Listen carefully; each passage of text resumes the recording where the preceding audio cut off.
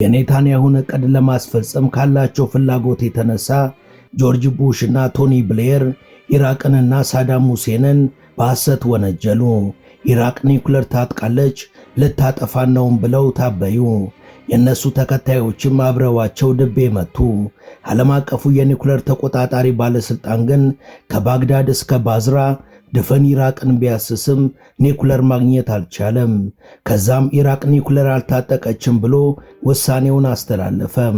ግና ካፈርኩ አይመልሰኝ ያሉት እነ ጆርጅ ቡሽ ኢራቅን ዶግ አመድ አደረጉ፣ ባግዳድን አነደዱ። ከዛ ግን ሳዳምንም ሆነ ልጆቻቸውን ማግኘት ለእነ አሜሪካ ጦር ምጥ ሆነባቸው።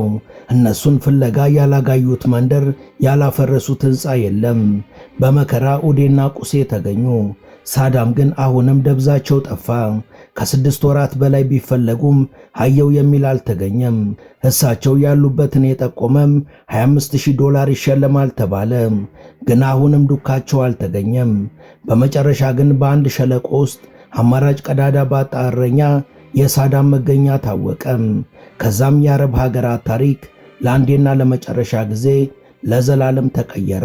The American-led invasion of Iraq is often remembered as a cakewalk. Coalition forces surging into Baghdad in less than 3 weeks and ending Saddam Hussein's 30-year reign. However, Operation Iraqi Freedom is far more complex